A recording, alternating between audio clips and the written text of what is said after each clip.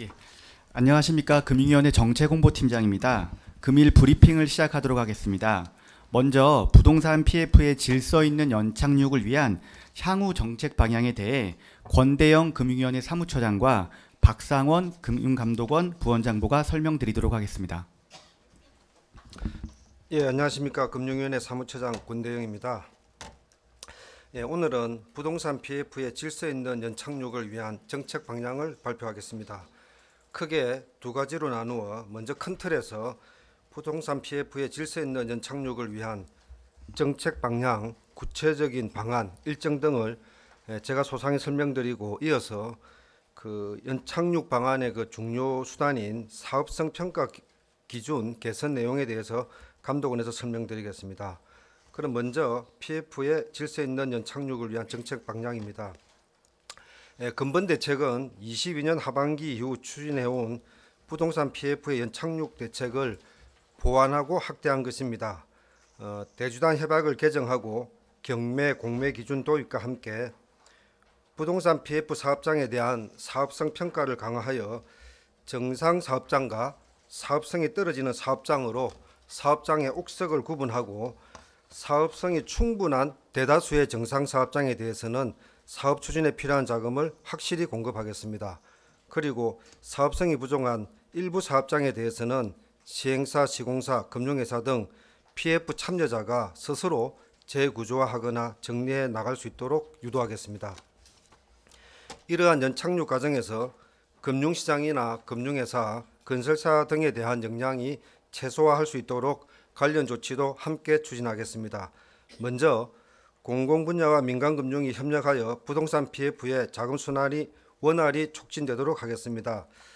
지난 2년간 그 94조 원 정도의 그 시장 안정과 PF 그 안정 프로그램을 마련했는데, 그 부동산 PF 분야는 제가 보기에는 PF 사업자 보정 30조 원을 포함하여 총 56조 원 규모의 지원 방안을 추진 중입니다. 이번에는 잘 아시다시피 최근 자재비 등 공사비가 증가하여 본 PF 단계에서 추가 자금이 필요한 사업장이 많이 늘고 있습니다. 지금까지 건설사나 시행사가 스스로 이러한 공사비 증가에 대응해 왔지만, 앞으로는 본 PF 단계에서도 증액되는 공사비도 추가 보정할 수 있도록 하여 건설비 증가에 따른 자금 애로를 해소하겠습니다. 그리고 은행, 보험, 금융회사들이 스스로 공동대출, 즉 신디케이트 론을 우선 1조 원, 최대 5조 원 조성하여 PF 사업장의 재구조화와 정리에 마중물 역할을 해나가도록 하겠습니다. 이는 기존 캔코의 PF 정상화 펀드 1.1조 원, 금융권 자체 1.1조 원 자금과 함께 유동성을 지원할 것입니다. 다음으로는 PF 채권 매각의 경우 그 매도자와 매수자 간의 사업장 가치평가 차이로 재구조화나 정리가 지연되는 경우가 많았습니다. 앞으로는 매도자에게 추후 우선 매수권을 부여하여 PF 채권 매각이 장기간 지연되는 일이 없도록 하겠습니다. 또한 민간금융회사가 그 자금 공급에 적극적으로 나설 수 있도록 신규 자금을 공급하는 경우에는 자산 건전성 분류 기준을 정상까지 올릴 수 있도록 하고, PF 자금과 관련한 금융회사 임직원에 대해서는 면책을 하도록 하겠습니다. 근본 대책은 금융시장, 금융회사, 건설사 등이 감내할 수 있는 범위 내에서 유연성과 융통성을 가지고 단계적으로 추진할 것입니다. 특히 PF 사업성 평가 기준은 충분한 의견 수렴을 거쳐 6월부터 시행할 예정이며, 적용 대상 사업장도 단계적 순차적으로 확대할 것입니다. 근본 대책으로 금융회사나 건설사 등에 대한 영향은 충분히 감내하지 않을까, 그렇게 판단하고 있습니다.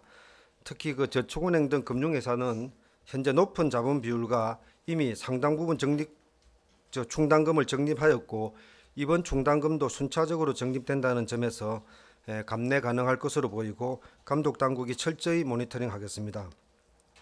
건설사의 경우에도 일부 어려움이 있을 수 있지만 전체적으로는 대응 가능할 것으로 보입니다.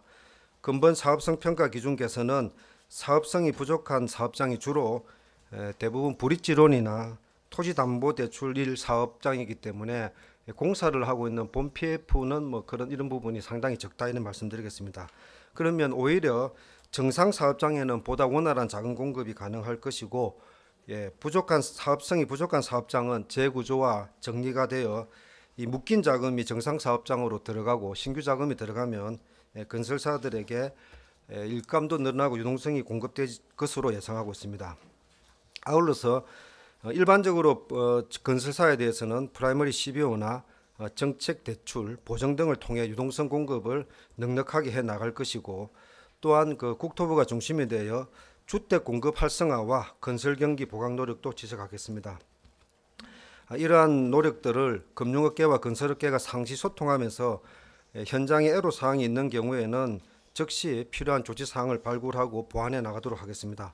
마지막으로 몇 가지만 말씀드리면, 첫째, 부동산 PF의 연착륙이 성공적으로 진행되기 위해서는 정부의 정책 방향의 어떤 방향성, 수단 일정 등을 좀 시장과 소통하면서 명확하게 좀 제시할 필요가 있는 것 같습니다. 그래야지 불확실성을 줄이고 예측 가능성을 높여 자금 중개 기능이 복원되고 선순환시킬 수 있다고 생각하고 있습니다. 아울러 이런 정책적 노력과 더불어 시행사, 시공사, 대주단, PF 참여자들의 이해 조정 노력, 리스크에 상응하는 손실 분담, 자구 노력도 병행될 필요가 있습니다. 특히 금융권이 질서 있는 연착륙의 책임 주체로서 스스로 해결한다는 각오로 역할에 최선을 다하도록 노력해 나가겠습니다. 아울러서 연착륙 과정에서 불가피하게 캠코 등 공적 역할이 필요한 경우에는 관계기관과 신속히 협의하여 즉시 대응해 나가도록 하겠습니다. 여기까지가 이제 큰 방향을 제가 말씀드렸고요. 그 보도자료를 보고 이렇게 좀 편안하게 좀 말씀을 드리겠습니다. 그래서 지금 자료가 여러 개 있는데요. 우선 이게 전체 보도자료를 가지고 제가 말씀을 드리고 그 다음에 우리 박상훈 부원장께서 평가 기준 설명드리겠습니다. 참고로 저희가 오늘 2시에는 이 자료를 이제 오늘 언론에 먼저 설명을 드렸고, 전 금융업계하고 건설업계하고 같이 이 보도자료를 또 똑같이 설명하는 그런 자리를 갖도록 하겠습니다. 물론 저희가 지난주에도 한번 설명을 했고, 그런 상황입니다. 이 보도자료의 첫 장은 제가 생략을 하도록 하겠습니다.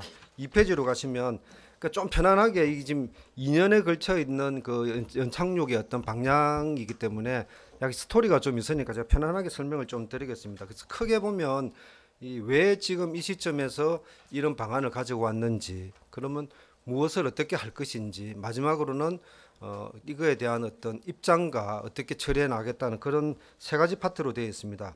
우선 그 추진 배경은 크게 지난 2년간 어떻게 우리가 대응해 왔고, 그럼 현재 이걸 한번 평가를 해보면 어떤 상황인지를 먼저 하도록 하겠습니다.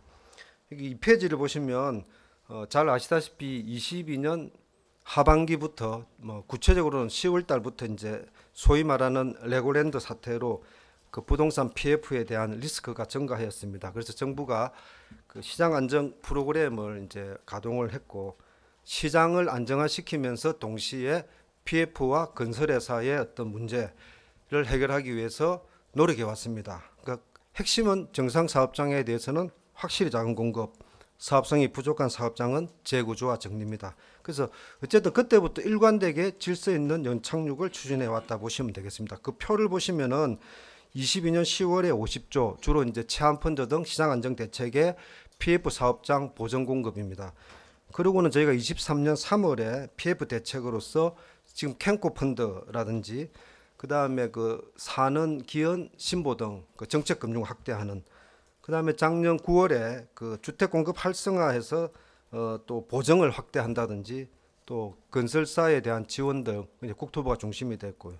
올 3월에 그 보증을 추가한다든지 이제 주택이 아닌 비주택 분야까지 확대하는 이런 대책들을 쭉 해왔습니다. 그래서 여기 보면 이게 전부 한 94조 정도 되는데, 건설업과 PF를 이제 발라내면 제가 해보니까 한 56조 원 정도 되더라고요.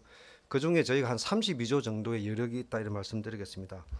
자, 이런 노력 결과 지금 시장을 먼저 평가해 보면 회사채 스프레드는 지금 보시다시피 22년 12월 1일 177bp까지 갔던 것이 지금 한 46bpp로 안정적이고요. 다음 페이지입니다. CP 스프레드도 240에서 68bp로 아주 안정적인 수준을 유지하고 있습니다. 그래서 현재 금융시장은 전반적으로 굉장히 안정적입니다. 물론 이제 그 약간의 어떤 건설이나 PF와 관련되어 있는 부분에 대해서는 양극화가 있는 것을 저희가 부인하기는 어렵지만 전체의 금융시장은 안정적인 모습을 보이고 있고 이제 하반기에 글로벌 금리 동향을 이제 예의주시하고 있는 그런 상태로 보시면 되겠습니다.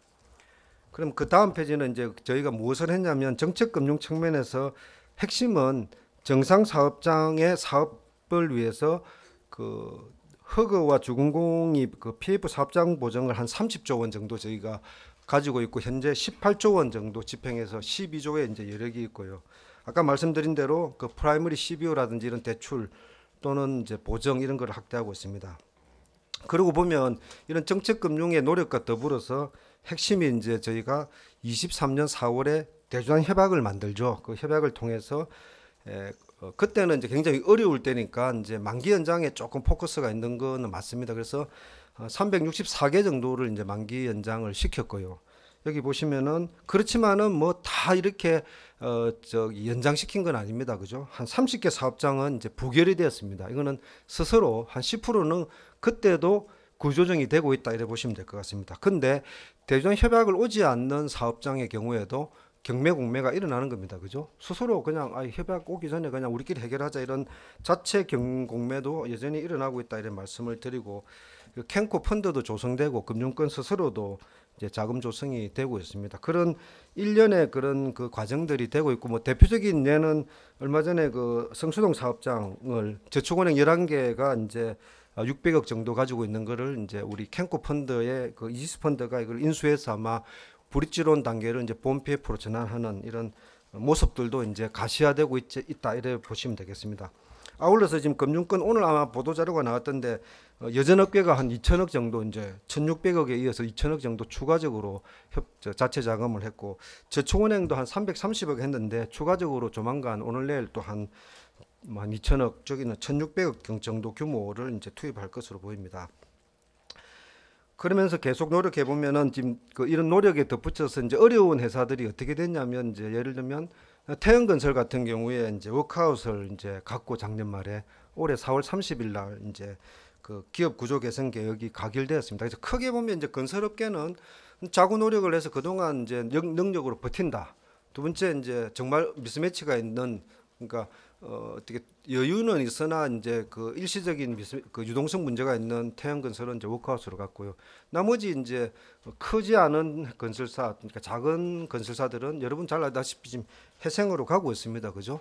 그렇게 지금도 저기 이 질서 정연하게 시장의 압력에 따라 이제 움직임이 있다 말씀을 드리고 싶고, 그 큰 건설사의 경우에도 금융권 스스로 그때 한 2조 원 이상 규모의 자금 공급을 한 것으로 이래 보이고 있습니다. 그래서 저는 태영건설이 60개 사업장을 정리했던 우리나라 PF 사업장을 정리할 수 있는 그런 다양한 그런 케이스들에 대한 가이드라인 모범 기준을 제시했기 때문에 저희가 지금 직면하고 있는 이런 PF 사업장을 그 금융권 스스로 그 정부의 어떤 노력과 함께 해결해 나갈 수 있다고 판단하고 있습니다. 이런 측면을 보강하기 위해서 다음 페이지입니다. 건설 그 금융회사들은 좀 충당금을 쌓고 자본 확충도 시키고 유동성도 보완해 왔습니다. 그런데 이제 이까지의 이제 노력은 그때는 정말 그 지금 지나고 보면 이제 별거 아니가지만 그때는 정말 굉장히 위기와 이런 공포가 있었고 그런 과정을 쭉 거쳐서 이렇게 한꺼번에 모든 것이 이렇게 파괴적으로 이렇게 정리되기보다는 어려움을 넘겨서 지금 이렇게 상황까지 왔거든요. 근데 이걸 좀 냉정하게 이제 평가해 보니까 많은 노력에도 불구하고 여전히 고금리와 고물가가 이제 상당 기간 이제 지속될 우려가 있는 상황에서 정말 사업성이 낮은 정상 사업장까지 이 관대하게 만기 연장이 이루어지는 측면이 있는 것도 부인하기 어려운 것 같습니다. 왜냐하면 이제 금융회사 분들은 이제 손해 보기 어려운 측면도 있고 또 뭐 건설업계나 이런 쪽도 또 막연한 기대감도 있고 하니까 또 시장에 이 물건을 살려고 하는 사람하고 이제 간극이 있는 것 같습니다. 그리고 이제 사실 뭐 제2금융권을 중심으로 연체율이 이제 올라가고 있는 그런 측면이 있습니다. 그런 평가에 대해서 정부와 감독 당국은 좀 미흡한 측면이 있지만은 지금보다는 좀 더 속도를 좀 내자 하는 것이 오늘 연착륙 방안의 핵심입니다. 다시 말씀드리면 이러한 PF 부실의 과도한 누적과 이어는 정상 사업장까지 자금 공급 경색을 초래할 수 있고 본 PF 전환이 안 됩니다. 그죠? 공사 착공이 지연되면 2, 3년 후에 그 국민의 주거 문제인 그 부동산 공급의 위축까지 이어질 우려가 있고, 현재는 저희가 충분히 감내 가능한 그런 수준이지만 이 갑자기 이렇게 정리가 안 돼서 어떤 일시에 정리한다든지 무슨 글로벌 경제 금융의 어떤 충격이 오면은 그 전반적인 또 그 더 좀 불안이 확대되는 그 전반적인 어떤 충격으로 확대될 그런 우려가 있는 것도 사실입니다. 그렇기 때문에 저희가 이번에 이 시장의 어떤 지금 불확실성이 굉장히 많지 않습니까? 그죠? 그 불확실성을 좀 해소하고 명확한 그 방향성을 제시함으로써 예측 가능성을 좀 높여서 보다 질서 있는, 그동안 해왔던 연착륙보다 좀 더 질서 있는, 좀 더 속도가 있는 연착륙을 추진하겠다는 것이 이 대책의 핵심입니다. 그래서 이 사업장을 좀 객관적이고 합리적인 평가를 하고, 그동안 현장 의견을 이제 여기 보면은 저희 그 감독원장님이나 뭐 부원장님, 저희 감독원 저희 굉장히 많이 만나 보니까 여러 가지 이제 좋은 아이디어들이 나왔습니다. 그런 것들을 담아서 정책 방향을 만들었는데, 그럼 이제 기존 정책 방향하고 차이가 뭐냐? 일단 일관되게 연착륙 방안을 해왔습니다. 그 방향성은 같은데 좀 명확하게 이제 제시한 게 첫 번째고, 두 번째는 그건 기존의 어떤 속도보다는 조금 높이겠다. 그죠? 그래서 조금 관대함보다는 조금 이렇게 엄정하게 좀 평가를 하겠다. 그다음에 좀 일정을 좀 분명히 좀 제시를 하겠다. 그죠? 그다음에 그 보완 대책을 마련해서 감내 가능한 범위 내에서 하겠다. 그다음에 분명히 이해관계자들의 어떤 이해 조정과 손실 분담을 이제 요구하고 있는 이런 측면입니다. 5쪽입니다. 이 정책 방향의 이 박스는 제가 아까 앞에서 말씀드렸기 때문에 생략하고 그림을 말씀드리면, 이 그림의 체계가 일단 첫 번째가 이제 사업성 평가를 하게 되면 왼쪽에 대다수의 정상 사업장에 대한 자금 공급을 강화하겠습니다. 그죠? 보정, 그다음에 추가 공사비, 그다음 캠코 펀드, 그다음 여기에 좀 과도한 수수료 관행, 이제 이거를 좀 막고, 오른쪽으로 가시면은 아주 일부 어려운 그 사업장에 대해서는 이거를 좀 더 단순 이연보다는 좀 평가를 할 수 있게 대상 협약, 경공매 기준 제시, 그 다음에 요 부분에 대해서는 이제 뭔가 지금 수요가 좀 필요한 것 같아서 저희가 신디케이트 론을 이제 조성하거나, LH공사가 지금 토지 매입을 시작했고요. 그 다음에 캠코가 받쳐주면 국내외 민간 NPL 자금들이 이제 들어오지 않을까 하고, 이런 거를 하는 와중에 이걸 좀 유연하게 할 수 있게, 좀 원활히 할 수 있게 인센티브도 제공한다. 혹시 시장 불안이 생기지 않도록 그 94조 원 플러스 알파의 시장 안정 대책을 확고히 한다. 뭐 이런 부분이 되겠습니다. 크게 말씀드리면, 첫 번째 이제 사업성 평가 기준 개선을 통한 엄정한 사업장 판별은 좀 이따가 우리 박보께서 설명을 하기 때문에 제가 큰 메시지만 하겠습니다. 현재 이렇게 좀 그 사업장의 특성, 그러니까 본 PF나 브릿지론의 특성을 구분하지 않은 이런 평가 기준이 다 이런 이제 평가 이 지적이 있어가지고 조금 관대화되거나 관행적으로 고정으로 하는 평가하는 이런 부분을 조금 객관적으로 합리적으로 평가한다. 그게 핵심입니다. 근데 여기도 중요한 거는 이 금융권이 스스로 하는 게 핵심입니다. 그죠? 금융권이 스스로 한번 평가를 해보겠다는 거고. 근데 이걸 위해서 이제 저희가 그 직접 대출 주로 이제 저희가 한 130조 원 규모를 주로 이제 관리를 해왔는데, 이번에는 이 정책을 위해서 저희가 이걸 좀 넓혀가지고, 그러니까 보정 채무도 좀 하고, PF나 브릿지로는 아니지만 유사한 토지담보대출, 그 다음에 저희가 감독 대상은 아니지만 새마을금고까지 협의를 해서 좀 전반적으로 좀 종합적이고 포괄적인 그를 좀 외연을 넓혀서 이렇게 그 정도로 저희가 한번 저기 그 할 수 있는 어떤 체력과 여건이 된다고 이제 판단한 겁니다. 그래서 여기 표는 나중에 우리 박보께서 자세히 설명을 드릴 겁니다. 어떻게 평가하는지. 그 다음에 이제 이 평가 기준에 대해서나 이런 평가하는 방식에 대해서 6페이지 제일 밑에 위에 부분입니다. 그러니까 이거를 뭐 아주 일률적으로 그냥 막 무조건 이래 하는 건 아닙니다. 언론에 많이 나왔지만 만기 연장 횟수만 있으면은 뭐 3회 이상이면 어떻고 뭐 이런 기사가 나죠. 전혀 그렇지 않습니다. 그죠? 만기 연장뿐만 아니고 어떤 그 브릿지로는 인가가 토지 매입이 어느 정도 됐느냐, 인가가 됐냐 안 됐느냐, 그죠? 본 PF 핵심은 분량이나 공사 진척도 이런 것들을 좀 종합적으로 볼 수 있는 길을 열어줄 것이고, 별도로 그 CEO나 리스크 관리위원회 평가를 거치도록 하는 부분, 그 다음에 단계적 순차적으로 하는 그런 부분이 됩니다. 이렇게 금융기관이 한 것들을 이제 감독원이 모니터링하고 관리하고 감독하겠다는 겁니다. 7쪽입니다. 그러면 이제 이렇게 사업성이 충분한 정상 사업장으로 이제 대다수가 제가 나온다고 말씀드리면, 이 대다수의 사업장에 대해서는 그동안에 많은 정책적 그 프로그램들이 있으니까 그 중에 핵심은 이제 그 보전 공급으로 저희는 판단하고 있습니다. 그래서 한 30조 원 정도의 보전 규모에 지금 12조의 여력이 남아 있다 이런 말씀을 드리겠습니다. 더군다나 이 주택뿐만 아니고 이제 비주택이 문제니까 비주택 사업장에 대한 그 보증도 이제 신설을 했습니다. 근데 이제 최근에 보니까 이제 그 태형을 하면서 이제 저희가 스터디가 된 건데, 그 공사비가 넣은 부분에 대해서 이제 보증 공급이 현재 안 됩니다. 한번 보증 나가면 끝인데, 이제 그 공사비가 늘면 추가 대출이 필요하지 않습니까? 그 부분은 저희가 태형건설을 처리하면서 그 공적 기관들이 추가 보증을 해주기로 했거든요. 그러니까 마찬가지로 워크아웃이 아닌 일반적인 사업장에도 추가 공사비가 들면은 본 PF 단계에서 추가 보증을 하도록 그렇게 했습니다. 자, 여러 번 발표됐겠지만 PF 정상화 펀드도 한 40% 범위 내에서는 사업비, 이제 지금 보니까 공사비가 저희가 태형에서도 마곡을 처리할 때 보니까 추가 공사비가 들었는데 금융권이 이제 돈을 넣었지 않습니까? 그죠? 그 연도는 선순위로 올렸고, 그죠? 이제 그런 부분을 캠코가 그동안은 이 채권을 전체를 이렇게 다 떠와서 이렇게 구조정하는데 협의가 잘 안 되니까 우선 한 40% 정도는 공사비 투입을 하도록 그렇게 했습니다.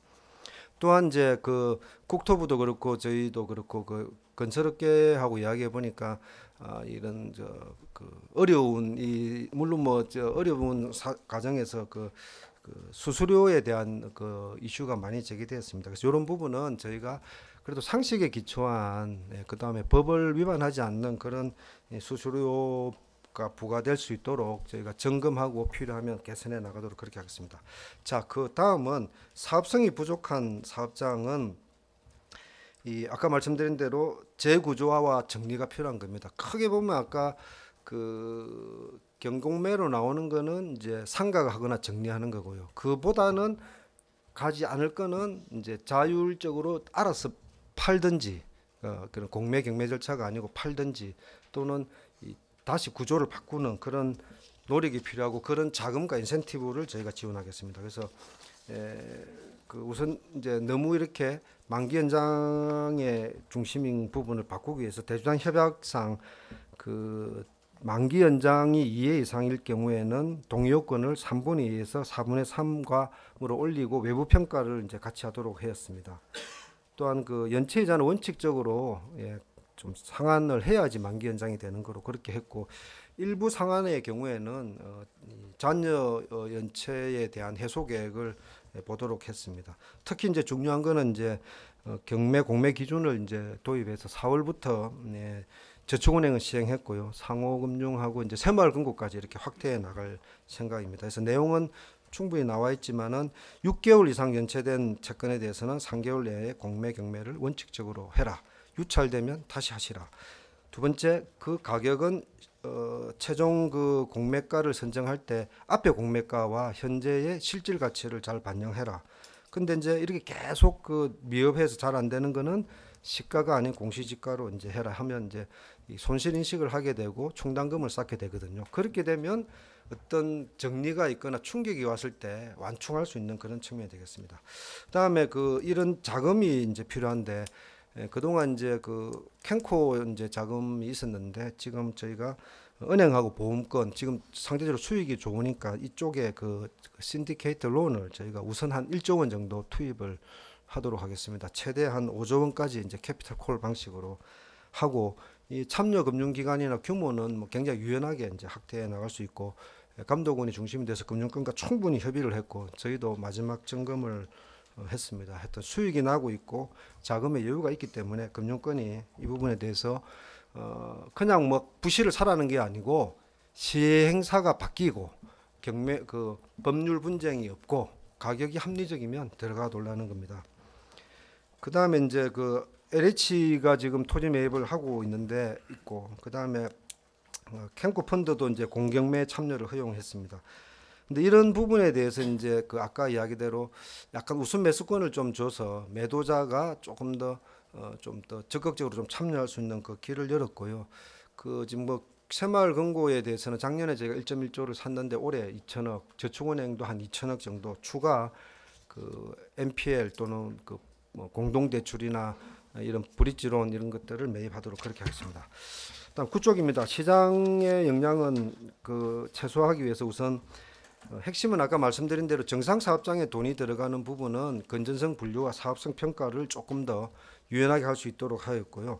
이런 이제 금융권에 그 유머니가 들어가는 데에 어떤 그 규제 비율들이 이제 약간 안 맞을 수가 있기 때문에 뭐 저축은행은 혹시 뭐 펀드에 투자했을 때 뭐 유동성 유가증권 비율을 이 100인데 자기 자본의 100인데 그보다 조금 높이 한다든지 보험사가 이제 이 자금을 넣었을 때 그 자금 조달이 필요할 때 이제 RP를 인정한다든지 또는 그 킥스의 위험 계수를 조금 조정해 주는 그런 인센티브를 제공하고 그다음에 특히 이제 제 금융권들 중에 이제 저축은행하고 이제 여전사의 애로를 해소할 수 있는 그런 부분도 같이 하도록 그렇게 하겠습니다. 아울러 면책을 제공했습니다. 그다음에 10쪽입니다. 충당금 적립 사항을 이제 점검을 하고 특히 혹시나 이런 발표에 따라서 시장이 불안해질 수 있기 때문에 시장 안정에 아주 최선을 다하도록 하겠습니다.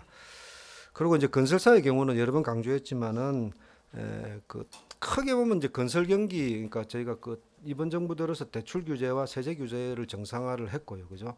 그러니까 건설 경기를 지금 보강하기 위한 노력들을 해 나가고 있습니다, 그죠?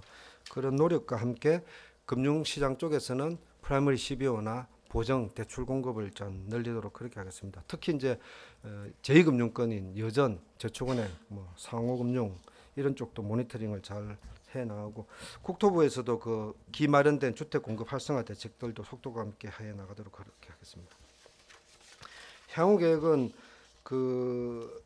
그동안 정부가 굉장히 노력해 왔고 앞으로도 이 시장이나 금융회사나 건설사들이 저는 대응 여력이 충분히 있다고 일단 보고 있습니다. 그래서 어떻게 이거를 저희가 세심하게 섬세하게 이 관리를 하느냐고 하더라도 감내할 수 있는 범위 내에서 그 유연성을 가지고 단계적으로 추진해 나가겠습니다. 그렇지 않습니까? 이제 시간을 줘야지 뭐 벌어서 갚는 그런 측면도 있고 미국의 금리 여건에 따라 사업성이 올라가는 그런 측면도 있지 않을까 싶습니다. 그래서 이런 걸 하는 과정에서 어쨌든 그 충분한 의견 수렴을 거쳐 순차적으로 해 나가도록 하겠습니다. 그러면 6월 되면 오늘 발표했던 대책들이 대부분 마무리가 될 거고요. 3, 4분기부터 아마 정책 효과가 나타나고 큰 흐름으로 보면 한 2, 3년에 걸쳐서 이렇게 싹 연착륙을 하는 그런 거를 한번 생각해 볼 수 있겠습니다. 특히 이제 시장과 이제 긴밀히 소통하고 관계기관하고 다음 페이지입니다. TF를 설치해서 상시 이제 점검하도록 그렇게 하겠습니다. 그리고 지금 보면 이제 건설업계에서 그 책임 준공 약정과 관련된 이야기도 굉장히 많고 지금 뭐 법적 분쟁도 일어나기 때문에 현재 그 PF 시장의 그 저자본 고레버리지의 자금 조달 구조, 그 이해관계자들 간에 이제 조정이 안 되는 그런 문제, 그죠? 그런 여러 가지 이제 그 문제는 여러분들이 다 아실 거 아닙니까? 이런 구조적인 문제에 대해서는 저기 기재부와 국토부와 금융당국이 함께 근본적인 어떤 대책 마련은 조금 중장기적으로 저희가 추진해 나가도록 그렇게 하겠습니다. 그래서 저희 생각은 그간 그 PF 시장의 높은 불확실성으로 급격한 자금 공급 위축과 일부 금융회사 건설사 건전성에 대한 우려가 있었지만 지금까지 이렇게 쭉 노력해온 결과 무리 없이 수행할 수 있는 상황과 체력 그리고 정책 수단이 충분히 갖춰졌다고 저희는 평가하고 있습니다. 그래서 그동안 하도 이제 불확실하고 예측 가능성이 떨어지니까 이렇게 명확하게 정책 방향을 제시를 함으로써 오히려 이렇게 그 정상 사업장은 확실히 이제 자금 공급이 되게 하도록 그렇게 하겠습니다. 그러려면은 정말 중요한 거는 이해 조정 노력이 필요하고 그다음에 리스크에 상응하는 손실 분담을 하셔야 되고 자구 노력이 필요하다는 말씀을 드리겠습니다. 특히 이제 이 부분은 어쨌든 뭐 건설업계와 금융권이 결과적으로 이 사항에 관련되어 있는 주체이기 때문에 이 금융권이 질서 있는 연착륙에 책임 있는 주체로서 최선의 역할을 다하고 혹시라도 이 부분이 저는 뭐 충분할 것으로 보이지만 예기치 못한 그런 사항이 있으면 캠코 등 공적 역할의 확대가 필요하면 관계기관과 긴밀히 신속히 협의하도록 그렇게 하겠습니다.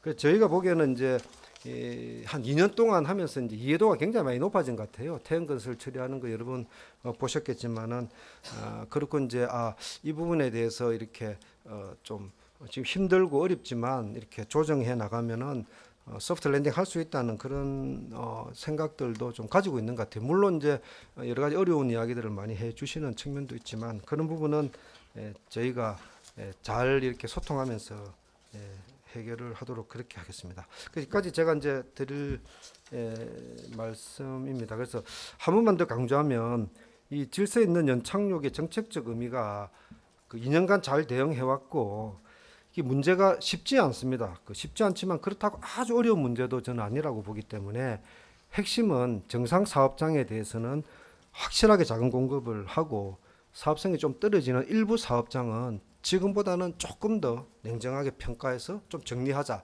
그런 의미입니다. 그래서 계속 이렇게 부실이 이연되고 누적되면 연체율도 높아가지고 부실 사업장이 방치되고요. 금융에서는 무수익 여신이고 그죠? 건전성이 악화되고 그 건설 분야의 자금 공급이 안 되는 측면으로 잠재적 금융 불안과 건설 공급에 문제가 생기기 때문에 지금보다는 사업성을 평가를 해서 옥석을 가려주는 것이 오히려 불확실성을 줄이고 예측 가능성을 높이는 게 아니냐.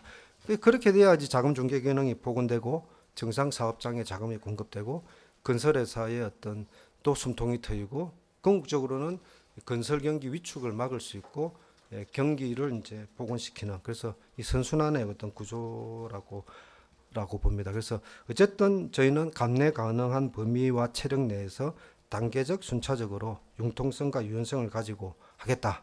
돈은 결국은 돌아야 되는데 돈이 안 돌고 있으니까 돈을 돌게 하고 기존의 그 체력으로 지금 버틴 체력을 가지고 자구 노력과 손실 분담으로도 버티고 또 시간을 주면은 지금 돈을 벌어서 갚으면 되는 거고 시간이 지나면서 사업성이 개선되면은 또 사업이 잘 될 것이고 해서 이게 결국은 이런 컨셉으로 질서 있는 연착륙을 하겠다. 그런데 이해관계자들의 책임 있는 자세가 필요하다. 이런 말씀을 똑같은 말을 제가 여러 번 반복하는 이유는 이제 메시지 전달을 위해서 같은 말을 많이 했다는 점은 양해해 주시고요.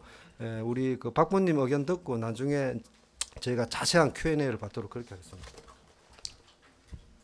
예, 이어서 그 박상원 금융감독원 부원장님께서 부동산 PF 사업성 평가 기준 개선 방안에 대해 설명드리도록 하겠습니다. 네, 안녕하십니까. 금융감독원 부원장보 박상원입니다. 저희가 기 배포드린 그 부침 2 부동산 PF 사업성 평가 기준 개선 방안을 참고하시면 될 것 같습니다. 그럼 1페이지 개요부터 말씀드리겠습니다. 금융업권은 모범 기준 등에 따라 분기별로 부동산 PF 사업성 평가를 실시 중이나 현행 기준은 PF의 특성과 위험 요인을 충분히 반영하지 못하여 사업성 부족 사업장 선별 및 질서 있는 정리에 한계가 있었습니다. 이에 금융감독원은 사업장 재구조와 자금 선순환 촉진 등을 위해 부동산 PF 사업성 평가의 객관성, 합리성 제고를 위한 제도 개선 방안을 마련하였습니다. 각 금융업권은 개선된 평가 기준을 모범 기준 등에 반영하여 금년 6월부터 평가할 예정이며 최초 평가 시에는 연체 등 부실이 진행되고 있는 사업장에 대해 우선 적용하고 이후 만기 등에 따라 분기별, 단계별로 추진할 예정입니다. 2페이지 부동산 PF 평가 기준 개선 방안입니다. 요약은 생략하고 다음 페이지를 설명드리겠습니다. 첫째, 평가 대상을 확대하였습니다. 현행은 본 PF 브릿지론에 대해 사업성 평가를 실시하고 있으나 향후에는 부동산 PF 대출과 위험 특성이 유사한 토지담보대출, 채무보증 약정 등을 추가하고 대상 기관에 새마을 공고를 포함할 예정입니다. 평가 등급 세분화입니다.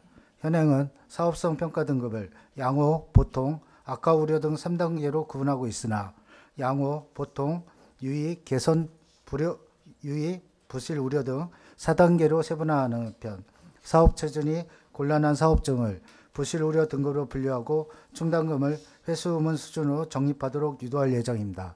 다음 페이지입니다. 평가 기준 구체화입니다. 현행은 본 PF 중심으로 브릿지론 사업장에 대한 평가 지표가 부재하고 본 PF에 대해서도 사업성보다는 연체 부도 여부 등 단편적인 체크리스트 형태로 선제하고 있어 선제적이고 합리적인 평가에 한계가 있었습니다. 이에 평가 기준을 사업장 성격에 따라 브릿지론 및 본 PF로 구별하여 브릿지론에 대한 평가 체계를 강화하였으며 각 평가 등급별 기준을 PF 사업 진행 단계별 핵심 위험 요인을 반영하여 구체화하여 엄정한 평가가 이루어지도록 유도할 예정입니다. 다만 최종 평가 등급은 한 개 지표가 아닌 다양한 위험 요인을 종합적으로 고려하도록 하여 평가 기준의 경직성은 완화하였습니다. 다음 페이지입니다. 사후관리 강화 부분입니다. 현행은 악화 우려 사업장에 대하여 건전성 분류 이외 별도의 사후관리 기준이 미흡하여 사업장 재구조화 또는 부실 여신 정의가 지연되고 있는 상황입니다.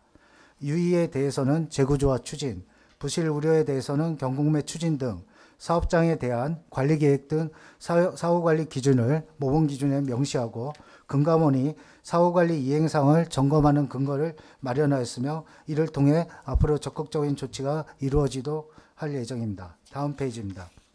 평가 기준 개선 시 영향입니다. 금융회사에 미치는 영향입니다. 금융시장에서의 비중이 큰 은행 보험업권의 경우 대부분 대형 본 PF 사업장 위주로 이루어져 사업성이 양호하고 평가 기준 개선에 따른 건전성 영향은 미미한 것으로 판단합니다.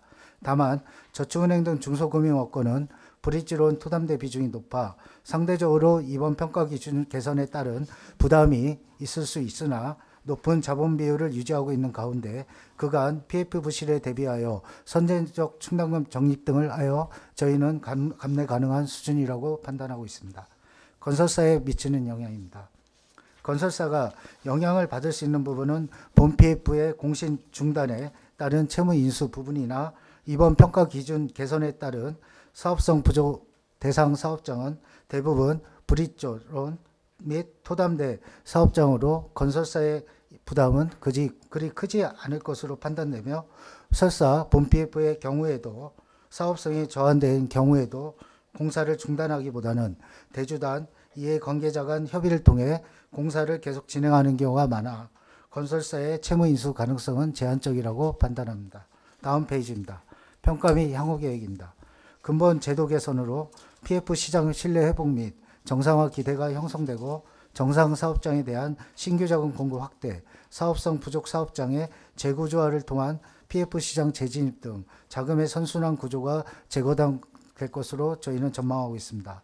또한 실효성 있는 수요 기반 확대를 위해 은행 보험업권이 최초 1조 원 규모의 신디케이터를 조성하여 민간 수요를 보강하고 향후 지원 현황 및 시장 상황 등을 감안하여 최대 5조 원까지 규모를 확대할 예정입니다. 금융감독원은 향후 사업성 평가 진행 현황을 6월 평가의 경우에는 6월 사업성 평가, 7월 평가 결과 점검, 8월 평가 결과 조정 등을 통해 면밀히 모니터링할 예정입니다. 이상 보고를 마치겠습니다. 예, 이어서 질의응답 시간을 갖도록 하겠습니다. 질의가 있으신 기자님들은 손을 들어주시고요. 마이크를 사용해서 소속과 성함을 밝혀주시기 바랍니다. 예, SBS 안상우 기자님. 네, 사용하시면 됩니다. 네, 안녕하세요. 저 SBS 안상우입니다.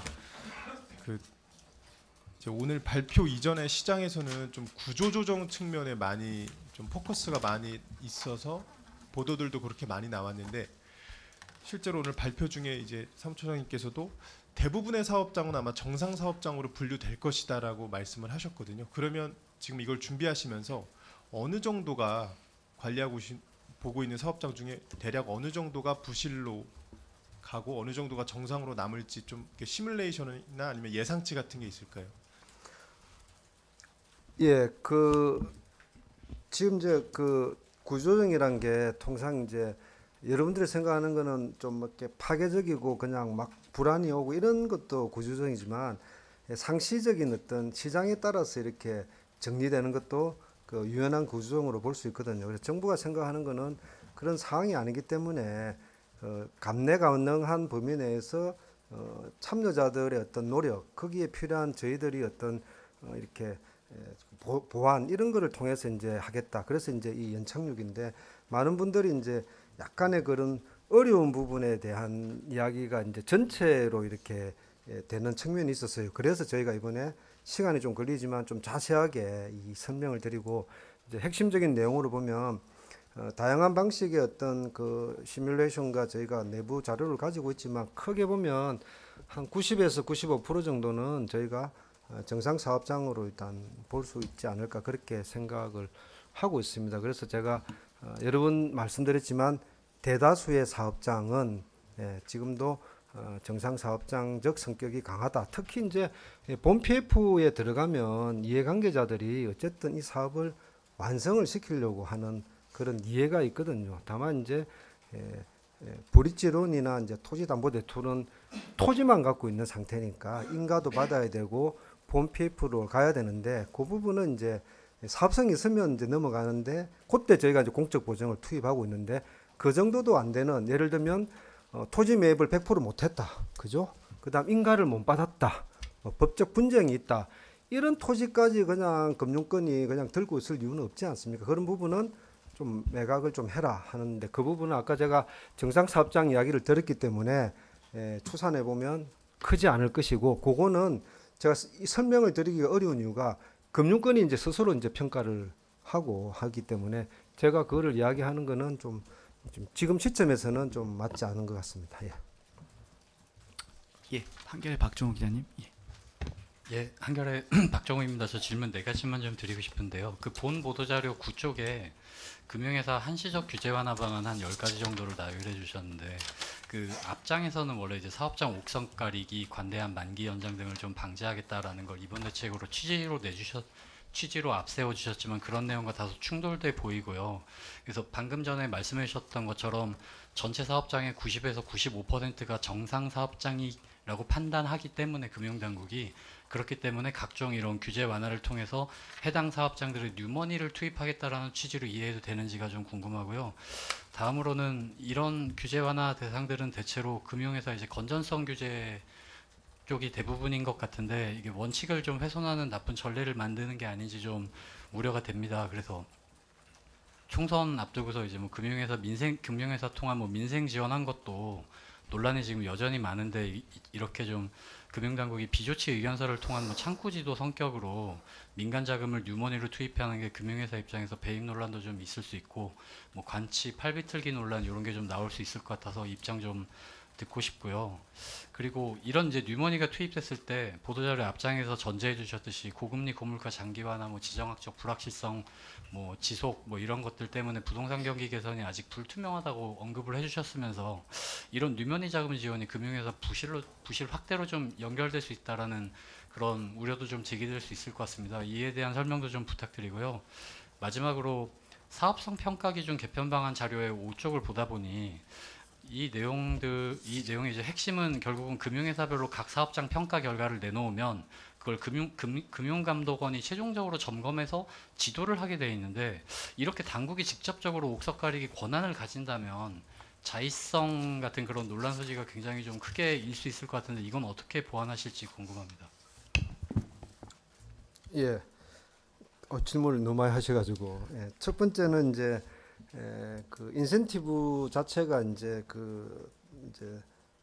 또 기존 원칙이나 이런 건전성 규제와의 어떤 충돌을 이제 말씀하셨는데 물론 이제 그런 측면이 뭐 없는 건 아니지만 굉장히 한시적으로 제한적으로 이제 그 구조조정 내지 그 부실 사업장 정리하는 거와 관련되어 있는 부분으로 하기 때문에 전체 그런 건전성에 미치는 영향은 뭐 거의 미미한데 약간의 뭐 돈을 조금 넣고 싶었는데 비율 규제가 안 맞을 수가 있으니까 그런 부분을 완화하고 저희가 감독원하고 저희가 굉장히 많은 고민을 했습니다. 그래서 그런 건전성의 그 원칙, 그 글로벌 원칙을 훼손하지 않는 범위 내에서 한시적으로 제한적으로 그죠? 6개월 뭐 또 1년 정도.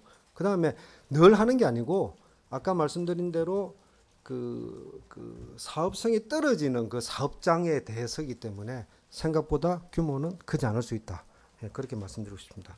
그다음에 또 뭐 마찬가지로 이제 저희가 말씀드린 건 어떤 정치적인 이런 말씀을 해주셨는데 분명히 말씀드리지만 작년 22년 하반기 이후에 아주 일관되게 저희가 원칙을 가지고 이 문제를 핸들링 해왔지 어떤 정치적인 어떤 고려는 하나도 없다 이렇게 분명히 말씀드리고 그렇게 업무를 하지 않았습니다.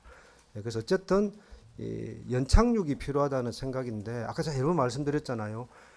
탐욕이 공포로 한순간에 바뀌면 투매가 일어나면 감당이 안 됩니다. 그죠? 그거 봐왔잖아요. 그게 쏠림이잖아요. 근데 어쨌든 그때 그 레고랜드 때 그 불안한 공포심을 안정 노력을 통해서 이렇게 쫙 그 진정을 시켰기 때문에 그런 과정이 필요하지 않았고 그때 막 저희가 구조조정에 착수했으면은 아마 파괴적인 어떤 구조조정이 일어났고 지금은 어쨌든 좀 이렇게 좀 지연된다는 이런 평가는 있지만은 저희가 이렇게 앞으로 길이 보이지 않습니까? 아 이렇게 잘 하면은 좋은 결과가 나오겠다. 그런 취지로 좀 이해해 주셨으면 좋겠고요. 이 금융회사의 어떤 이런 부분도 충분히 지금 이제 수익을 내고 있고 어쨌든 이 이슈는 그 건설업계와 금융회사가 최대의 이해관계자이기 때문에 이 부분이 원칙적으로 책임 있게 해결하는 것이 맞고 그럴 여력이 건설보다는 금융회사에 좀 더 여력이 있습니다. 그죠? 예. 은행 수익이 뭐 20조가 넘어가고 뭐 보험도 한 6, 7조가 되니까 이거 뭐 규모가 그리 크지 않습니다. 그죠? 그 정도는 감내 가능한데 무조건 부실을 손실 보고 살아가는 건 아니지 않습니까? 그죠? 시행사가 바뀌고 법적 분쟁이 없고 클린화돼서 판단해 보니 내가 이거 들어가도 되겠다. 물론 내부의 이사회를 거칠 겁니다. 그죠? 이사회에서 거쳐가지고 합리적이면 하겠다는 거지 완전 부실을 강제적으로 인수하는 그런 방식은 전혀 아니다. 말씀을 드리겠습니다. 이 세 번째도 같은 취지로 답변이 된 거로 보면 되겠습니까? 제가 세 번째가 부실이 확대돼 아까 뭐 말씀대로 크지도 않고 그냥 손해나고 사라는 건 절대 아닙니다. 금융기관이 합리적인 판단을 부탁했고 그런 판단으로 금융권도 저희가 흔쾌히 동의를 한 거로 알고 있습니다. 4번은 우리 박 부님이 좀 그 말씀하신 사후점검 부분 말씀하시는 것 같은데요. 그 사후점검 부분은 이제 등급 평가의 적정성이랑 건전성 및 그 충당금 적립의 적정성 두 가지로 나눠질 수 있는데요. 평가 등급의 적정성 부분은 아마 이제 저희 검사국에서 아마 점검을 할 텐데 그거는 아마 검사역과 아마 해당 금융회사 간의 충분한 디베이트를 거쳐서 아마 합리적인 수준에서 등급이 결정될 것 같고요. 그리고 그 해당 등급에 따른 건전성 분류나 충당금 적립은 지금 현재도 저희가 결산 검사라든지 결산을 통해서 점검을 하고 있고 또 그 부분에 대해서 권고도 하고 있습니다. 예, 다른 질의 받도록 하겠습니다. 이호연 기자님.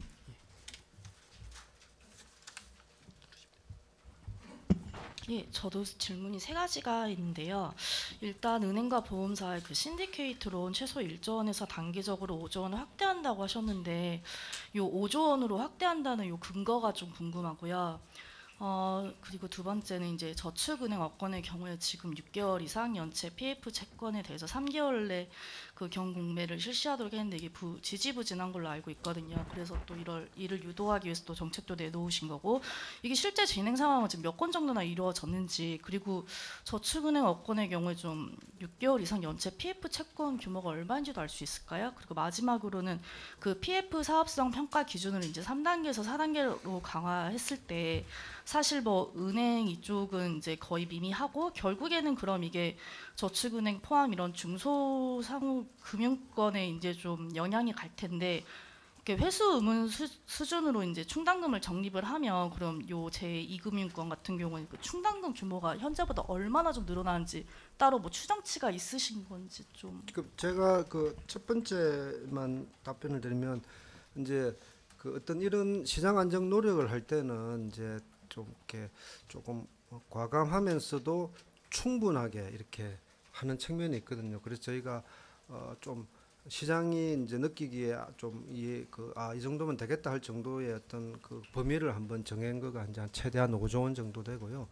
당장 그렇지만은 이제 아마 6월달에 하면 이제 3, 4분기, 4, 4분기에 나올 테니까 현재 금융권도 이제 생각을 해야 되니까 우선 한 1조 원 정도 규모를 하되 전체가 이제 캐피탈 콜 방식이니까 협회 통해서 매물이 나오면 공동 분담해서 들어가는 그런 방식으로 해서 저희가 1조 원에서 5조 원 정도를 했는데 사실 뭐 돈 안 쓰고 소프트 랜딩 시키면 제일 좋은 방식이죠. 그렇지 않습니까? 아까 그 94조도 지금 실제 집행한 거는 제가 보기에는 한 3, 40%밖에 집행 안 했거든요. 그러니까 아까 56조의 건설 자금도 여력이 거의 한 30조 남아 있으니까 그런 측면으로 보고 이 돈을 다 쓴다는 건 아니고 그냥 그러다가 사업성이 좋아지고 시장이 좋아지면 그냥 이렇게 큰 방파제로서 남는 거다 이렇게 이해해 주시면 될 것 같습니다. 저축은행 공매 답변. 그 저축은행 경공매 조치는 저희가 4월에 시작을 했고요. 아마 이게 이제 지금 경공매 준비 중에 저축은행 업계가 있습니다. 그래서 아마 조만간에 경공매가 아마 실시되는 물량이 나올 거고요. 경공매가 된다고 그래서 처음부터 낙찰가율이 낮아지는 건 아니기 때문에 계속 유찰돼야 낙찰가율이 떨어지고 또 그 낙찰가율이 좀 떨어져야 실제로 시장에서 아마 매입이 돼서 매입은 아마 하반기나 돼야 될 것 같고요. 아마 경공매 물량이 조만간 나올 겁니다. 그리고 아까 말씀하신 6개월 이상 연체 부분은 저희가 좀 구체적으로 말씀드리기는 어렵고요. 뭐 3개월 이상 연체는 지금 고정으로 분류되어 있으니까 그건 아마 경영공시 자료를 보면 알 수 있을 겁니다. 그리고 말씀하신 게 지금 이제 충당금 부분인데 아마 이제 그 회수번호로 분류되는 부실 우려 규모는 생각보다 그렇게 많지는 않습니다. 그리고 부실 우려 부분에 대해서는 회사 예상가액을 산정을 해서 저축은행도 충분히 그 고정 이상의 회수문 수준까지 충당금 쌓은 부분도 있고요. 잘 아시다시피 작년 말에 저희가 충당금을 굉장히 저축은행 캐피탈 제2금융권에 대해서 충당금 정리를 좀 강화시킨 부분이 있습니다. 그래서 그런 복합적으로 했을 때 이번 사업성 평가로 인한 충당금 적립 부담은 그렇게 크지는 않고요. 뭐 그렇다고 뭐 저축은행이 올해 단기 순이익을 한다는 건 좀 어려울 것 같고 뭐 그렇다고 자본 비율이 현재 높기 때문에 뭐 큰 우려는 안 하셔도 됩니다. 예, 오지은 기자님. 네, 아까 그 정상 사업장 기준이 90에서 95%라고 하셨는데 그럼 개선된 그 사업장 기준 결과하면은 유의나 부실 우려가 5에서 10 정도 되는 건지 궁금합니다. 예, 그건 이제 네, 그렇게 뭐 볼 수도 있겠죠. 90에서 95인데 제가 보기에는 아마 경매나 공매로 나오는 거는 한 2, 3% 정도로 일단 저희가 예상하고 있습니다. 그것도 이제 금융회사가 해봐야 되겠지만 그래서 생각보다 그렇게 많지 않다는 말씀을 누차 말씀을 드리는 거가 물론 이제 경제 상황이 어떻게 되냐에 따라서 또 달라질 수는 있지만 현재의 시점에서 이제 평가를 해보니까 그런 면이 있습니다. 있고 아까 저축은행도 뭐 저희가 감독원에서 이렇게 좀 보고 있지만 이제 그 기준이 4월달에 시행되었으니까 이제 그거를 이제 그 업계하고 이렇게 노력하면서 이제 가야지. 지금 현재 이제 이거 쉽게 말하면 이겁니다. 100원 대출해 줬는데 그 대출금 다 받으려고 그 110, 120에서 계속 공매를 하고 있거든요. 그러면 이게 매각이 될 리가 없지 않습니까? 그래서 그런 건 아니지 않느냐. 그런 정도로 이해하시면 될 것 같습니다. 예. 그다음에 저축은행에 대해서 좀 걱정이 많으신데 제가 좀 설명을 좀 드리면 그 지난 2년간 걱정 많이 했는데 건전성하고 유동성에 대해서 자본까지 해서 감독원이 정말 밀착 모니터링을 했습니다. 그래서 제가 보기에는 큰 문제가 일단 없어 보이고 그런 스트레스 테스트와 이번에 이런 사업성 평가 기준도 저희가 충분히 버텨낼 수 있고 감내할 수 있다고 판단합니다. 아까 말씀드렸죠. 자본 비율이 높고 충당금 적립했고 유동성도 괜찮고 자본 확충됐습니다. 뭐 좋다 이런 이야기는 아니지만 감내 가능하고 이번에 보면 이제 저축은행이 스스로 한 2천억을 이제 만들죠, 그죠?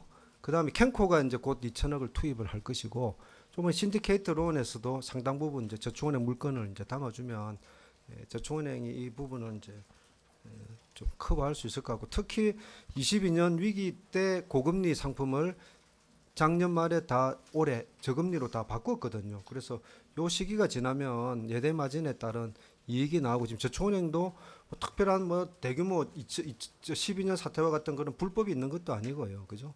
그래서 돈을 벌어서 이렇게 이 부분을 이제 극복할 수 있지 않을까 그렇게 생각하고 있습니다. 예. 예, 권하승 기자님.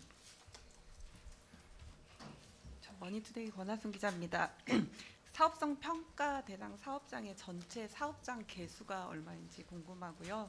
그 230조 규모 중에서 새마을금고 PF 비중이 어느 정도인지 공개해 주실 수 있는지 궁금합니다. 그리고 5에서 10%가 부실 사업장이라고 하면 사업성 평가 개선에 따라서 금융회사가 추가로 쌓아야 되는 충당금 규모가 대략 어느 정도인지 궁금합니다. 세분평가는 하시고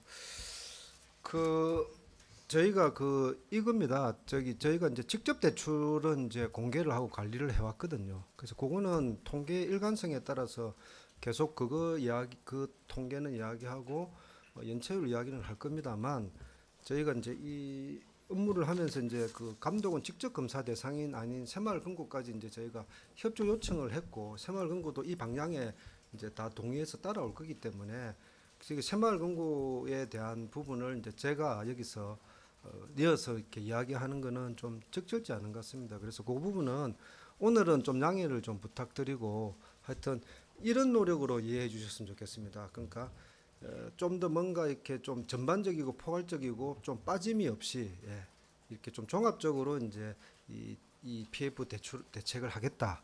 그래서 사업성 평가를 하겠다는 그런 취지고 주무부처도 따로 있고 하니까 그 부분을 새마을금고 숫자를 제가 이야기해서 전체 사업장 개수를 이야기하는 거는 좀 적절치 않지만 다만 이제 아까 이야기대로 보전 규모는 뭐 다 아는 통계지 않습니까? 20몇 조가 이제 추가된 측면은 제가 인정을 할게요. 나머지는 이제 새마을금고가 하고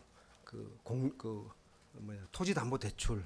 그러니까 이게 이제 애매한 부분인데 저희가 이제 어쨌든 정책 노력을 위해서 이 부분을 포괄해서 했는데 이 부분에 대해서 뭐 숫자가 어떻니 저떻니 이러면은 이제 본질이 조금 그거 할까봐 밝히지 못하는 측면을 좀 양해를 좀 부탁드리겠습니다. 예.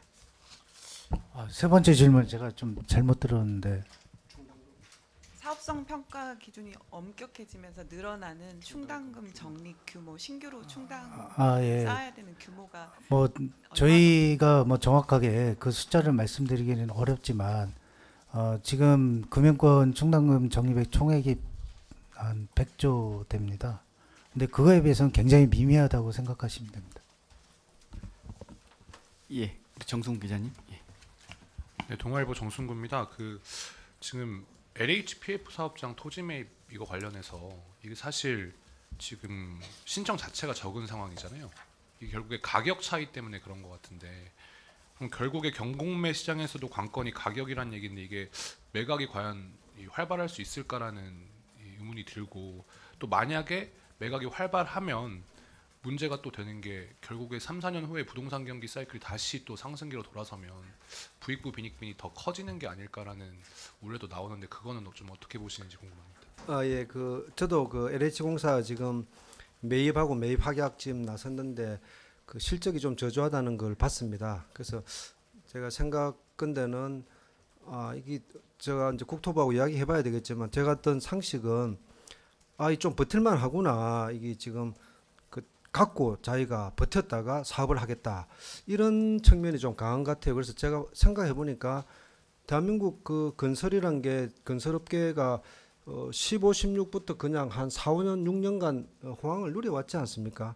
거기에 비축되어 있는 어떤 여력도 있고 근데 리스크도 보면 옛날에는 그냥 건설사들이 다 그냥 연대보증 다 써버렸는데 지금 우리 금융업계의 정권사하고 부동산 신탁이 또 책준하고 ABCP 보증을 썼기 때문에 리스크가 분산되어 있기 때문에 건설사들이 약간 여력이 있지 않을까 이런 이제 제가 나름 이제 해석을 해보고 얼마 전에 이제 GDP 통계가 나온 걸 보니까 여전히 이제 건설업이 물론 이제 이게 마감할 때 이제 그 공사가 많이 진척되는 측면이 있고 기저 효과가 있지만은 그 숫자도 보면은 좀 나쁘지 않은 것 같고 23년 전체적으로 보면 건설업계가 영업이익이 풀었습니다. 예, 그런 측면이 있는데 이제 크게 보면 자구 노력을 해서 이제 버티는 것 같고요. 그 다음에 못 버틴 데는 유동성 문제가 있는 데는 사업성이 떨어지는 데는 워크아웃을 갖고요.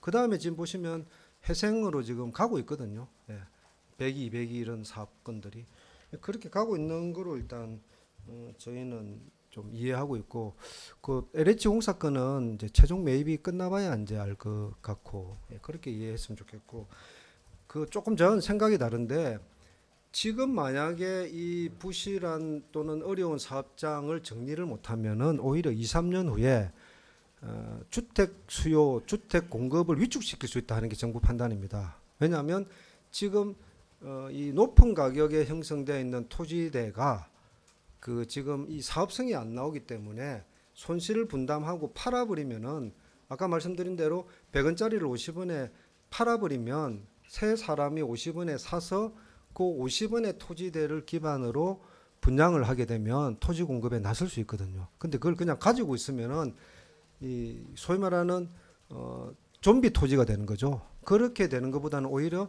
약간 더 큰 흐름은 국민의 주거 측면에서 2, 3년을 바라보고는 이런 좀 사업성이 극히 떨어지는 사업장은 새로운 어떤 재구조화가 필요하고 그 자체가 오히려 2, 3년 후에 지금 걱정하시는 주택 공급의 문제를 해소하는데 도움이 되지 않을까 그런 생각입니다.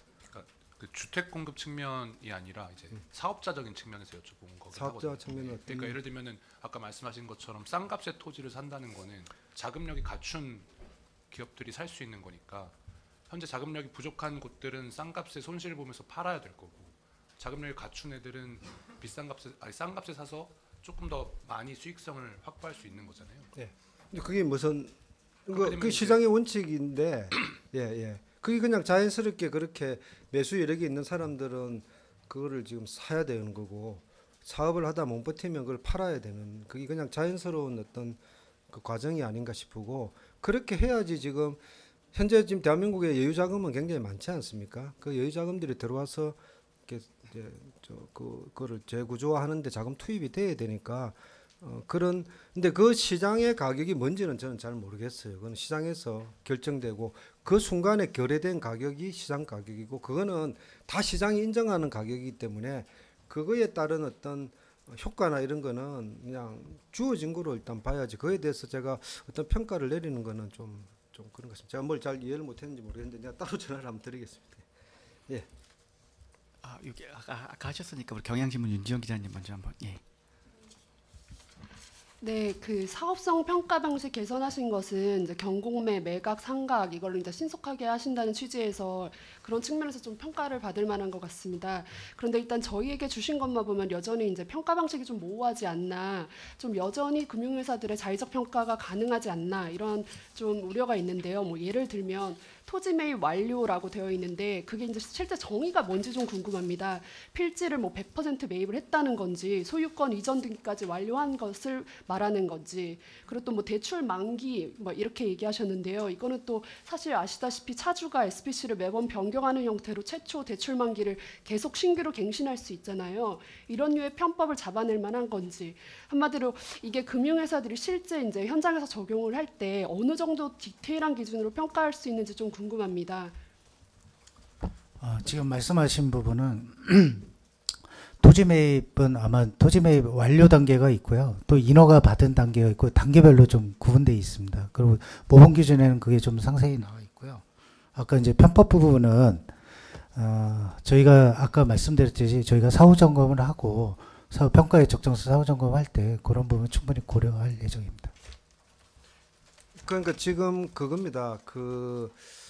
이 관대하게 해왔다 하는 거가 지금 이제 평가거든요. 그러면 어느 정도로 이거를 엄정하게 할 것이냐 이거에 대해서는 이제 다양한 견해가 있는 거죠. 뭐 정말 그냥 칼같이 해라 이러는 의견도 있을 수 있고, 근데 이 PF는 특징이 개별성입니다.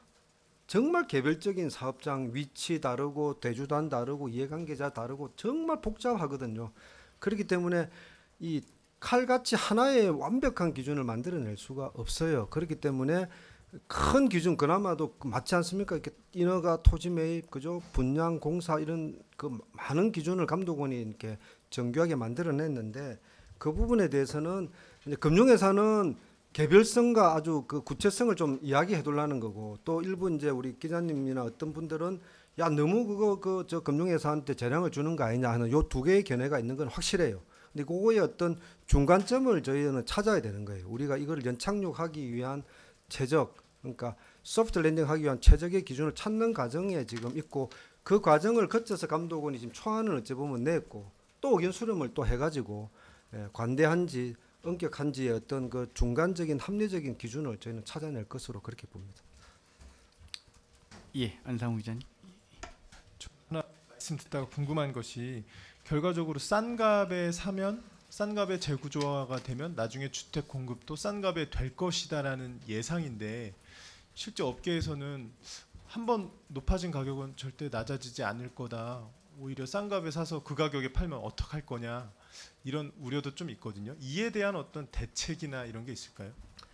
아니 싸고 높다는 거는 그 시장에서 거래된 가격이 그냥 시장가인 겁니다. 지금 사업성이 이제 떨어져서 사업을 못하면은 저희가 공매 경매 절차가 있으면은 그렇게 팔린 가격이 시장까지 주관적으로 그 어떤 사람은 그걸 가지고 사업을 잘 해가지고 또는 전대를 해가지고 이익을 봤으면 아 나는 싸게 샀구나 이럴 수 있는 건데 현재 여러 가지 복합적인 정보를 가지고 결정했던 그 가격이 그냥 시장 가격이지 저희가 이거를 싼 가격 높은 가격 이렇게 하기는 좀 어렵지만 현재 전반적으로 그동안의 어떤 PF의 어떤 수익성이나 이런 거로 보면 경쟁적 측면에 따라서 토지 매입이 상당히 비싸게 와 있죠. 왜냐하면 하면 분양이 되니까. 근데 이제 분양이 안 되거나 이렇게 좀 그 조정을 해야 되는 측면으로 보면 그 토지 가격이 높을 수는 있는 거 아니냐. 이래 봐야 될 것 같거든요. 그래서 그 부분은 가격을 지금 이야기하는 건 아닌데 다만 그냥 사업장이 그냥 방치돼서 있는 것보다는 새로운 사람이 사업을 해야지 공급이 된다. 이거에 대해서는 이견이 없는 것 같아요. 국토부나 저희나 이런 식으로 한 개 사업장이 그대로 있기보다는 좀 조정을 해서 갈 수 있게 그죠? 그래서 우리가 세제나 대출 규제를 이제 크게 이 정부에서 풀었고 그죠? 더 나가서 이 부분을 그냥 금융회사가 이제 여력이 있으니까 들고 있을 요인이 너무 강하니까 조금 팔아야 되는 거 아니냐 정리를 하라. 근데 정리란 게 꼭 충당금을 쌓으라는 의미거든요. 그러면 금융회사가 판단하겠죠. 예. 매각에 나설 수도 있고 좀 들고 있을 수도 있고. 예. 이제 오늘 브리핑 이전에 뭐 감독 원장도 이렇게 우리가 재구조화를 하게 되면 실제로 토지 가격을 뭐 30% 더 싸게 해서 이거를 계산해 보면 분양가가 몇 % 더 낮아질 수 있다. 이런 이야기를 했고 오늘 해주신 말씀이 그런 연장선에 있다고 생각을 하거든요. 근데 이제 제가 말씀드리는 거는 과연 정말 싸게 샀는데 당국이 예상했던 것처럼 10몇 % 정도 더 낮게 공급이 될 수 있냐 이거에 대한 확답이 있는 거냐라는 걸 여쭤보는 겁니다. 그거는 PF의 개별성이기 때문에 그 어떤 평균적으로 지금의 좀 이 높은 가격이 조정되면은 그냥 이론적으로는 그 PF 사업장이라는 게 보면 토지대하고 공사비지 않습니까? 그게 금융비용이니까 이제 금융비용도 지금 제일 높은 금리 수준인데 이 금리가 어떻게 되느냐, 그죠? 그 다음에 그 토지대가 어떻게 조정되느냐에 따라서 공급해 나갈 때 그 가격에 조정이 되겠지만 일률적으로 그게 어떻게 된다 이렇게 이야기하기는 어렵지만 전반적으로 이런 과정을 거치면은 하락할 가능성이 있지 않을까, 충분히 공급되지 않을까 하는데 그 가격의 어떤 수준에 대해서는 수요나 여러 가지 요소가 있기 때문에 제가 이 부동산 가격의 어떤 그 수준을 이야기하는 거는 제가 보기에는 좀 공식적으로 이야기하는 거는 좀 적절치 않은 것 같습니다. 일단 막연히 한번 생각을 해보시면 예상이 되지 않습니까? 금리, 사업성, 토지대, 그죠? 그 다음에 수요가 어떠냐 이게 또 되게 중요하니까 그게 결합해서 가격을 결정하지 않을까 그렇게 싶습니다. 그렇지만은 뭐 방향성은 지금 기자님 말씀하셨던 그런 방향성을 정부가 기대는 하고 있는 건 맞다 이런 말씀드립니다. 예, 그 저희가 그 다음 브리핑이 10시 반에 여기 예약이 돼 있어 가지고요. 한두 분 정도 더 받으시고 저희가 좀 마무리하는 쪽. 아, 네. 또 다른 데서도 계속 질문 받으신다고 하니까요. 그렇게 하고 질문 안 하셨던 기자님 먼저 좀 드리겠습니다. 예.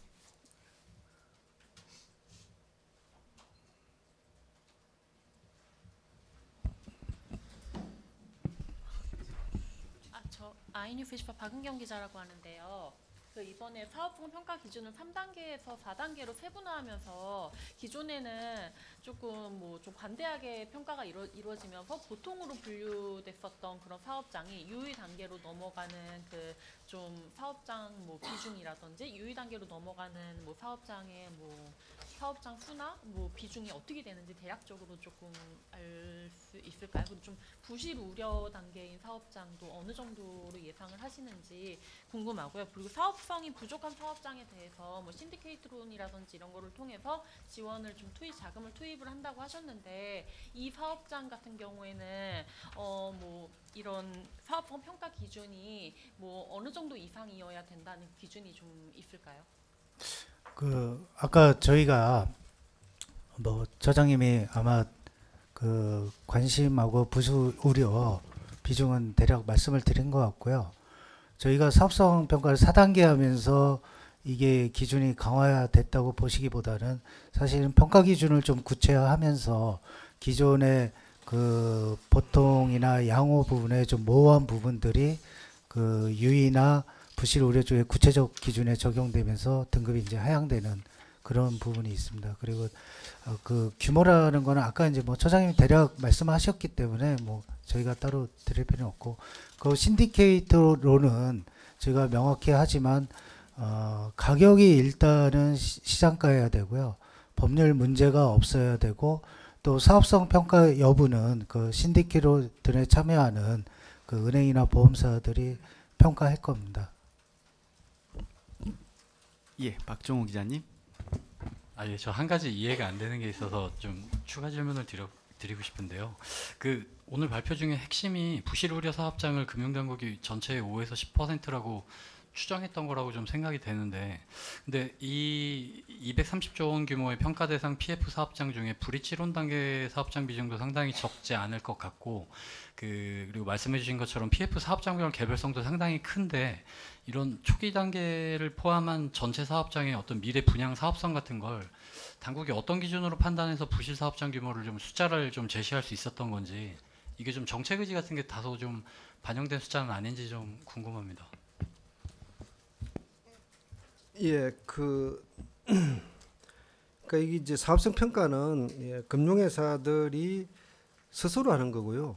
그 PF 사업장의 그 개별성과 그런 것들이 있기 때문에 저희가 이렇게 일률적으로 일단 이야기하기는 좀 어려울 것 같아요. 그래서 저희도 고민을 굉장히 많이 했는데, 그 이제 전체적으로 보면 그동안 2년을 거치면서 상당 부분 이제 좀 정리된 그런 부분도 있고 금융회사가 상당히 인지한 부분이 있기 때문에, 그러니까 저희가 대략적으로 보면은 인가가 토지 매입이 완성되고 인가가 나서 인가난 이후에 그 공사를 착공하고, 그죠? 그 공사 진척도가 어느 정도 올라가면서 분양률이 어느 정도 올라왔는 이런 것들이 이제 정상 사업장으로 저희가 이제 크게 보면 볼 수 있지 않습니까? 그런 부분은 저희가 아까 말씀드린 대로 금융회사가 해봐야 되지만 대략 한 90에서 95% 정도는 그런 상태로 현재 있고, 그런 부분은 시간을 들고 가면은 이제 그 정상 사업장으로 갈 것이다, 이렇게 이제 이 예측과 희망이 이제 섞여 있는 측면이 있고요. 근데 그 반대로 이제 엄격하게 해보니까 아까 이야기대로 그 공매 경매로 나오는 그 정말 사업성이 어려운 뭐 만기 연장도 이제 할 만큼 했고, 그죠?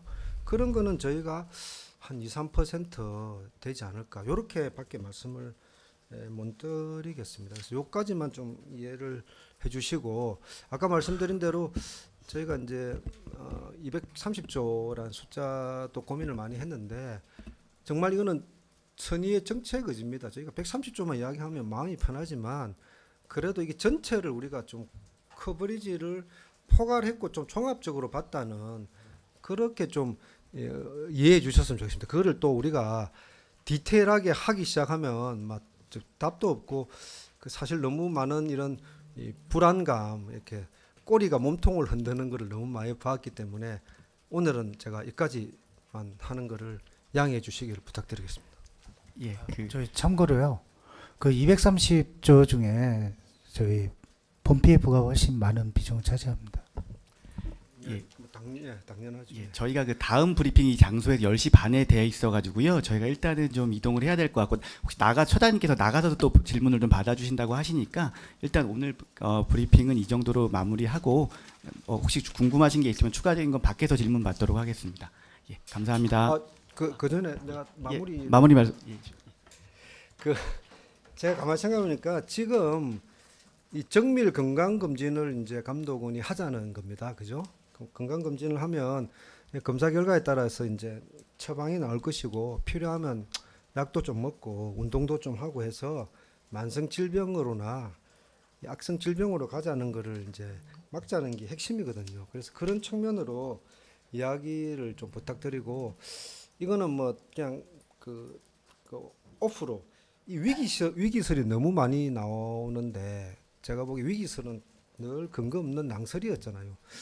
4월 위기설 나올 때 제가 5월 되면 5월 위기설 안 나오나 했는데 뭐 이제는 안 나오더라고요. 근데 어려움하고 리스크의 어떤 신호고 현장의 어려움을로 저희는 이해하고 있습니다. 그죠? 그래서 더 소통하고 협의하겠지만 이런 그 꼬리가 몸통을 흔드는 거나 막연한 불안감이나 공포, 쏠림 이건 우리 모두한테 좀 도움이 안 되기 때문에 좀 이렇게 살리는 정책, 저희가 지금 체력과 능력이 있습니다. 저희 금융권이. 그래서 이걸 일관되게 저희가 이런 방향성을 가지고 좀 추진하면 이 좀 아까 말씀드렸죠.